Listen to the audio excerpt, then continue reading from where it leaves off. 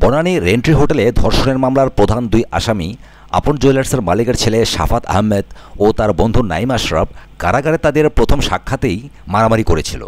কিন্তু এবার বেরিয়ে এসেছে আরও চাঞ্চল্যকর তথ্য।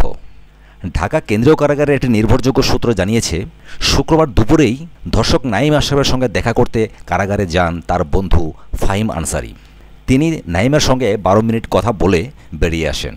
তারপর থেকেই এ পর্যন্ত 2 জন নারী এবং 1 জন পুরুষ নাইমের প্রিজনার কার্ড অর্থাৎ পিসি কার্ডে 73,000 টাকা জমা দিয়েছেন।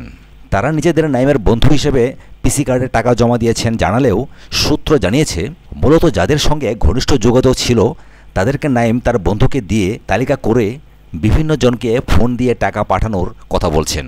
এ পর্যন্ত যে 2 জন নারী নাইমের জন্য টাকা দিয়েছেন তাদের মধ্যে একজন উঠতি মডেল রয়েছেন, যিনি বসুন্ধরা আবাসিক এলাকায় থাকেন এবং একটি বেসরকারি বিশ্ববিদ্যালয়ে পড়াশোনা করছেন বলেও জানিয়েছে নাইমের এক বন্ধু।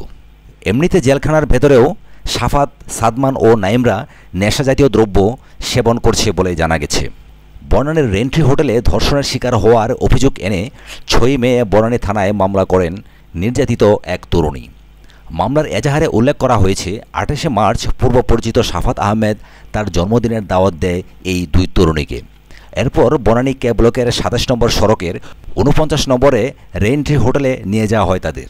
হোটেলে একটি কক্ষে আটকে রেখে অস্ত্রের ভয় দেখিয়ে মামলার বাদীকে শাফাত ও তার বান্ধবীকে নাইম ধর্ষণ করে। এ সময় শাফাতের গাড়ি চালক বিল্লালকে দিয়ে ভিডিও করানো হয়েছে বলেও এজাহারে উল্লেখ করা হয়।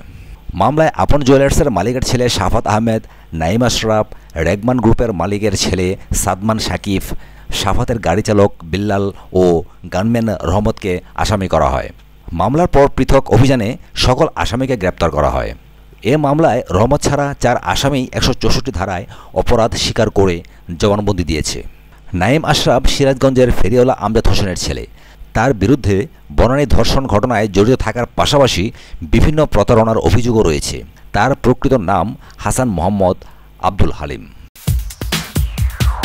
সাথে থাকার জন্য অসংখ্য ধন্যবাদ। পরবর্তী এক্সক্লুসিভ সংবাদের জন্য আমাদের চ্যানেলটিকে সাবস্ক্রাইব করবেন এই আশা রাখি। ধন্যবাদ।